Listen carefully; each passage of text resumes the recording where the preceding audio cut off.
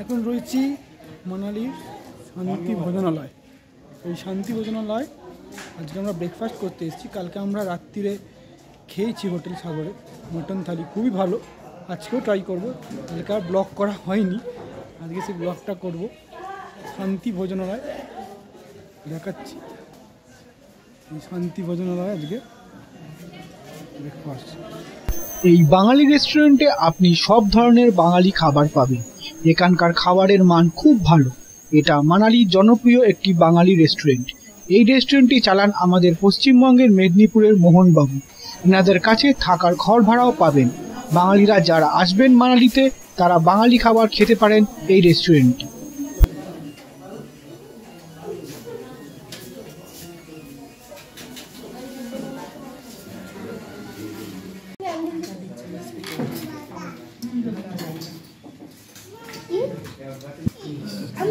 Check করুন তো লবণ লাগবে কিনা। এখানে দেবো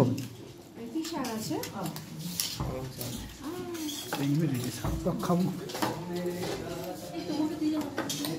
না, এটা আমাদের চেক করতে বললো তো লবণ টবণ লাগবে জাস্ট এমনি।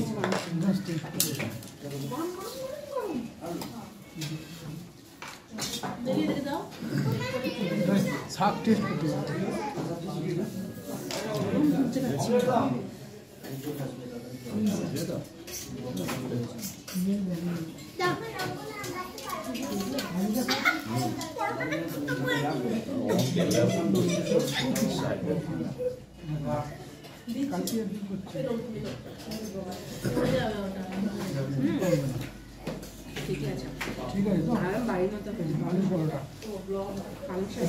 বাঙালি হোটেলে আলু পরোটা খাওয়ার অন্য পরোটা অন্য ঝোলটা দাও। ঠিক আছে, ঠিক আছে, আরেকটু হবে। আমাদের অনেকগুলো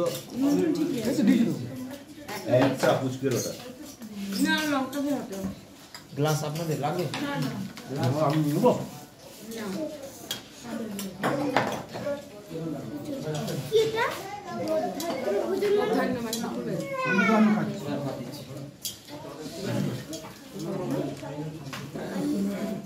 এটা কিন্তু লঙ্কা ছাড়া করবো, হ্যাঁ বলে দিয়েছি।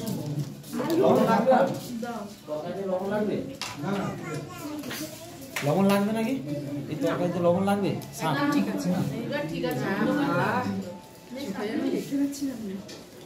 কারেন্ট চলে গেছিল, কারেন্ট এসছে।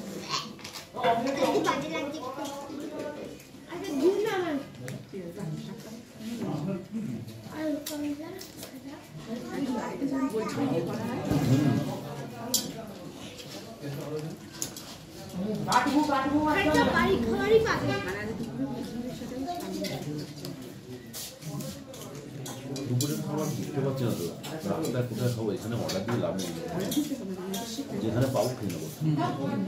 অর্ডার দিলে সেই জায়গা দিয়ে পৌঁছানোর একটা টেনশন বেড়ে যায়। কোথাও কিছু বলা দরকার নেই, যেখানে যাবো। সকালের খাবার ভালো লাগায় আদিম্বা মন্দির ঘুরে এসে আমরা এখানেই দুপুরের মটন থালি খেলাম। এই মটন থালির খাবারও অত্যন্ত ভালো ছিল। শান্তি ভোজনালয় থালি। এটা কি জানো? পালং শাক, ডাল, পোস্ত, আলু ভাজা, পেঁয়াজ, ভাত। মটনটা এখন আসেনি।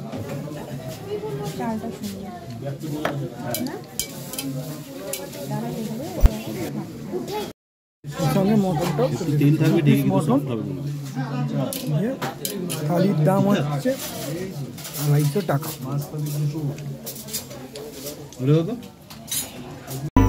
এই রেস্টুরেন্ট সহ মানালিতে আরো কিছু বাঙালি রেস্টুরেন্ট রয়েছে। সেই সব রেস্টুরেন্টের ফোন নাম্বার ও কন্ট্যাক্ট আমি আমার ডেসক্রিপশন বক্সে দিয়ে দিই।